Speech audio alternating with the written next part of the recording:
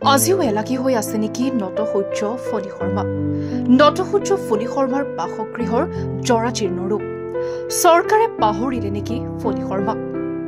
আজি নটসূৰ্য ফণী শৰ্মাৰ 55তম স্মৃতি দিৱস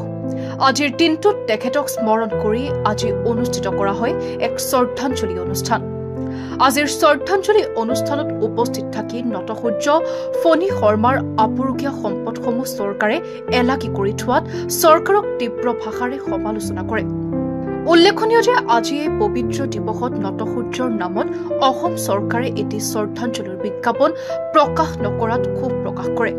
আৰু চৰকাৰৰ সাংস্কৃতিক বিভাগ আৰু তথ্য জনসংযোগ বিভাগক গৰিহণা দিয়ে লগতে নটসূৰ্যৰ পুত্ৰৰ শাৰীৰিক অসুস্থতাৰ কথা গম পাই ৰাইজৰ দলৰ সভাপতি অখিল গগৈয়ে চিকিৎসাৰ বাবে আৰ্থিক সাহায্য আগবঢ়োৱাৰ কথাও কয় অখিল গগৈ ডাঙৰীয়া তেজপুৰলৈ আহোঁতে মই নটসূৰ্যৰ বাসগৃহলৈ লৈ আনিছিলোঁ তেখেতৰ অসুস্থ পুত্ৰক লগ কৰিবৰ বাবে আহি পেলাই যেতিয়া দেখিলে আগদিনা বৰষুণ দি যোৱাৰ সময়ত তেখেতৰ ঘৰত পানী পৰি আছিলে ভিতৰত আমি গোটেই ঘৰখন চালোঁ য'ৰ পৰা নটসূৰ্য ফণী শৰ্মাৰ সৃষ্টি হৈছিলে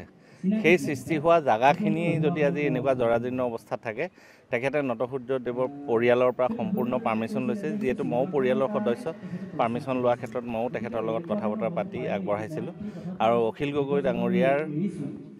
উদ্যোগত আজি ঘৰটো মেৰামতি কৰি থকা হৈছে আৰু সম্পূৰ্ণ মেৰামতি আৰু 4 দিনৰ ভিতৰত কমপ্লিট হ'ব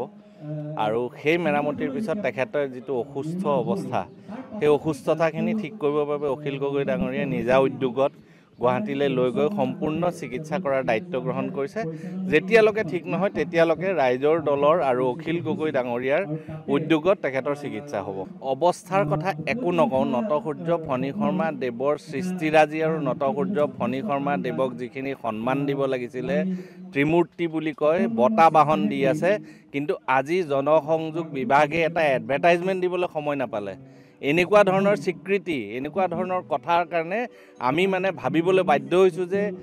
তেওঁলোকে কিয় এনেকৈ এলাগি কৰি ৰাখিছে নটসূৰ্য ফণী শৰ্মাৰ সৃষ্টিৰাজিক এলাগি কৰিছে মানুহজনটো এজন ইণ্ডিভিজুৱেল কিন্তু তেখেতৰ সৃষ্টিক লৈ তেখেতৰ যিটো নাম সেই নামটোক কিয় এলাগি কৰিছে আমি সেইটো বুজি পোৱা নাই